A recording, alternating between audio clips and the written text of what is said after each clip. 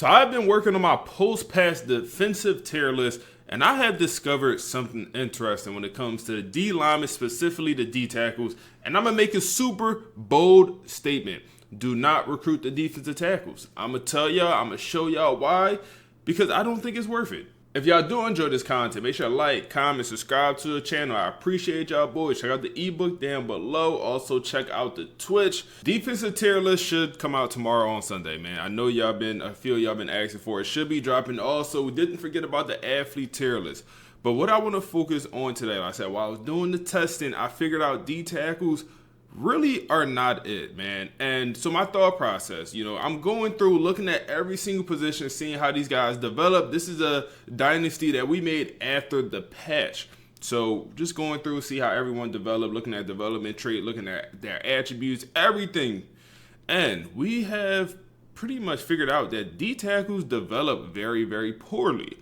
So you see here, the highest rated D tackle 95, and then it's kind of like the top 10. Your lowest is 91 overall. Compared to your right ends or your right edge rushers, that threshold is way higher, 99 to 93. And then look at your left ends, 99 to 92. Okay, I noticed that. That's not a huge deal because every single recruiting class or every single cycle might be a little bit different. So next go around, maybe the D tackles will be better. No. This is also an issue last year, man, where I figured out that the D tackles really don't develop as well as the other guys. So turning the XP sliders up for them is, probably something you should do. But that's not the biggest issue. The biggest issue is actually just block shedding, man. Because I'm going through looking at the gap specialists to be specific on the archetype. And I realized they never get one ability. I just noticed, hey, these guys are never getting, I believe it's going to be like the inside disruptor. They'll never get to this ability.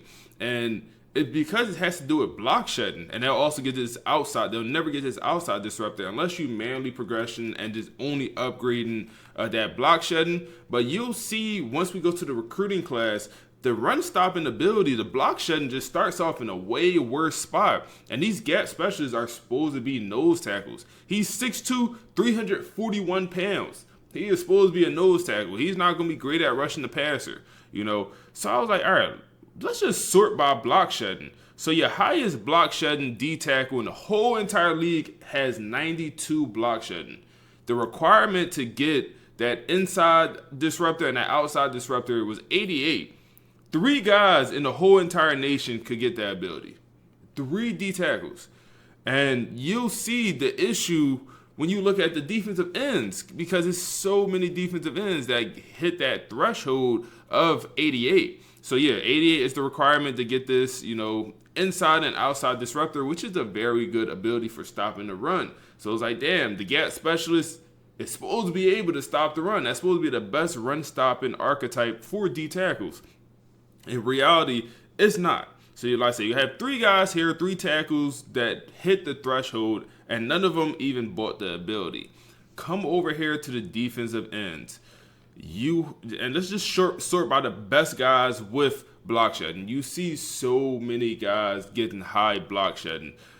The power guys, the edge setters, just to give y'all a spoiler, tell y'all the information, I think this is going to be one of the best D tackles. I understand you're going to sacrifice some weight, maybe even a little bit of strength, but not always on the strength. But you even have speed rushing defensive ends getting with 89 speed, 91 block shedding. Like, damn, bro.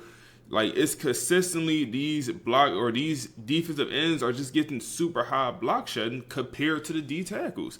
And then look at the left defensive ends. You have a guy with 99. He's a power. He's a pure power with 99 block shedding.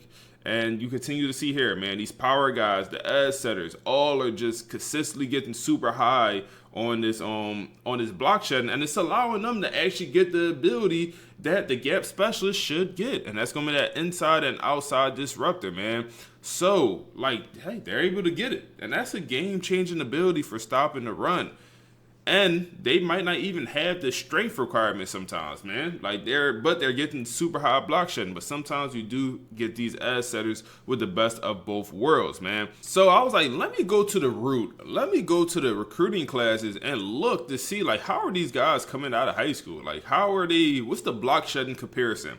So let's look at the power rushers and let's look at the edge rushers, and then we'll look at the D tackles, and you'll really see the big gap. And I'm not sure why really. So let's look at the power rusher first, man. So 72 block shedding is, kind of around that range. Low 70s is kind of what you're getting for the 4-stars. All of these will be 4-star players.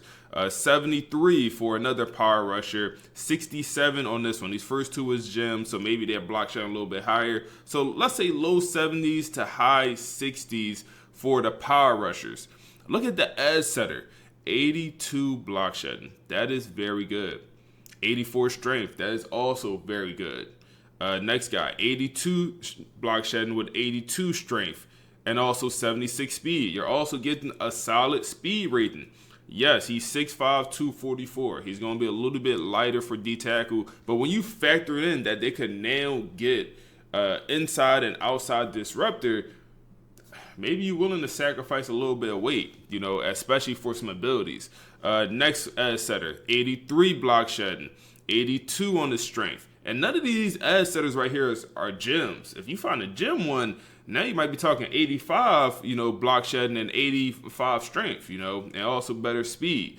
But this guy also looks pretty good. Obviously can't rush the passer. We're looking for a defensive tackle that, could stop the run, and he could also develop the pass rush ability. And next guy, let's go to the just pure power guys, man. 82 block shedding. Okay. Now you're getting elite power moves also with it. And you're also not getting, 6'5", 260. He developed a little bit. Maybe by senior year, junior year, he's 270. He can play D tackle, hopefully one day. 6'6", 220. He's a pure power. Maybe this guy can't play D tackle. But 74 on the block shedding.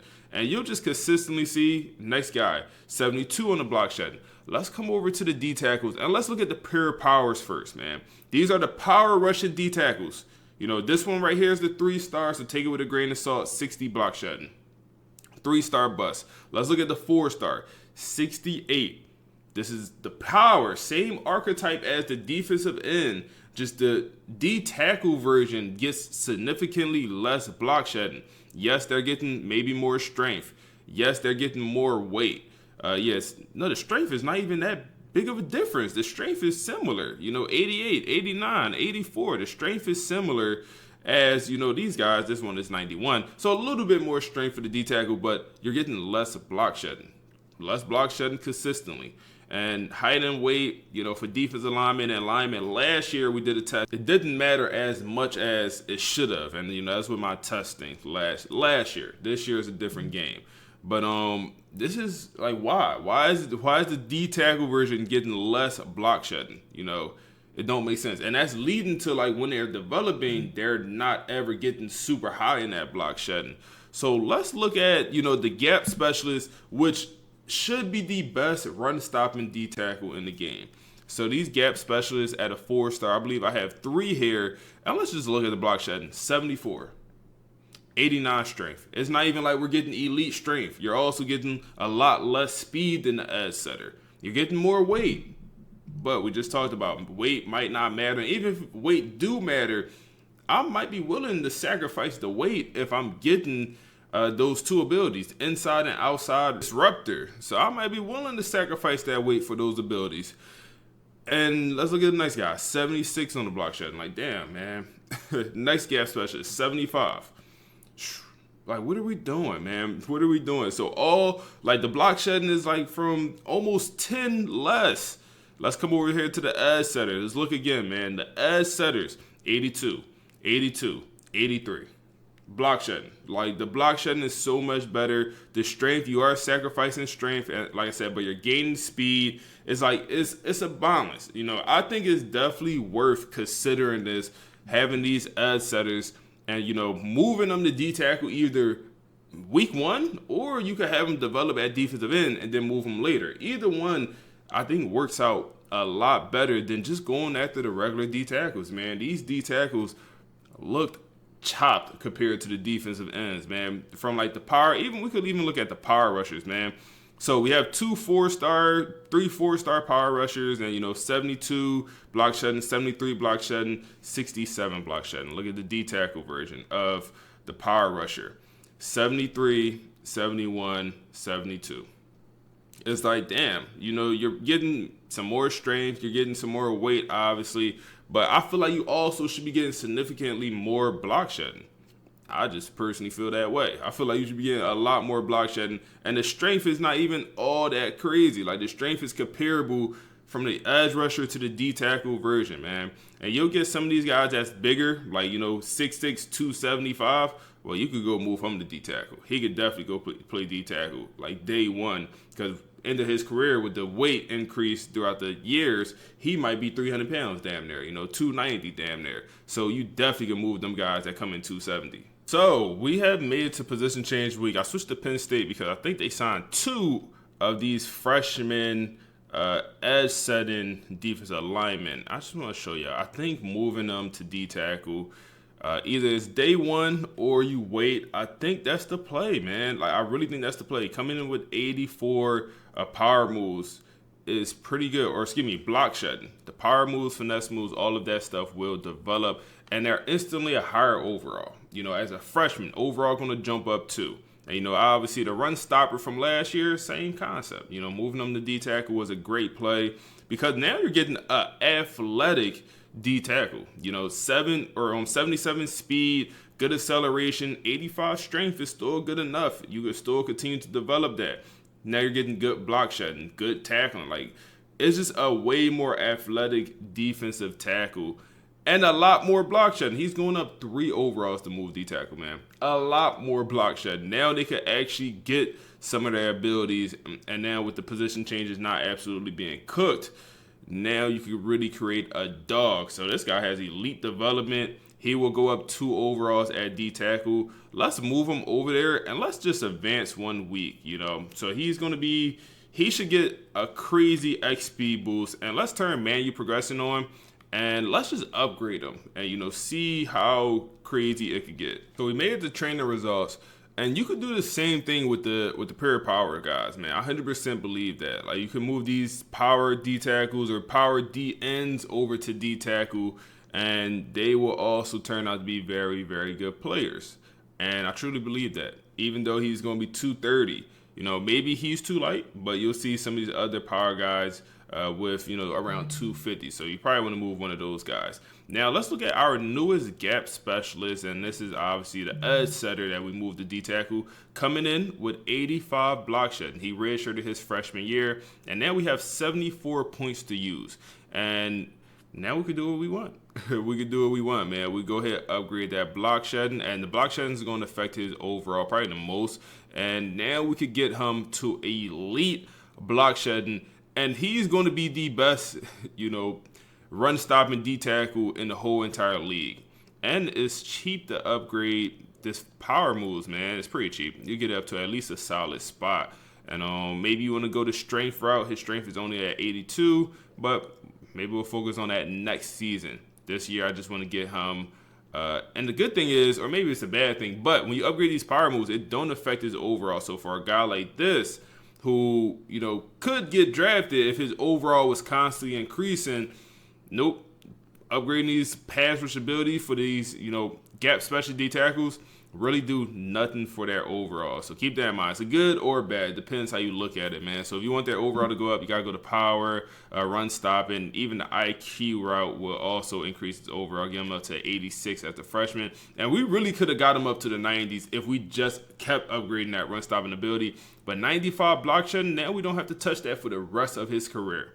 Literally. And come over here to D tackles, and I promise you, he's probably going to be the highest block shedding D tackle in the whole entire nation, man. And it probably won't even be close. And let's look. 95. 95. And, it's not really close. You got 3 other D tackles that could actually get the inside disruptor. Okay, let's go. We making improvements. 3 D tackles, and they actually got it. Yeah, they actually got it. But y'all kind of see how rare it is for these gap special D tackles or any D tackle to get good block shedding in this game compared to your defensive ends who just constantly, a lot of them, from the edge setter to the power to even some speed rushers getting, just look how many have 90 plus. Go over to the left end, same thing. so many, or it's less in the left end room this year, but it's still a good amount, still more than the D tackles. So you kind of see why you should really consider moving these edge setters, and maybe you only move the edge setters that's above 250, whatever you just.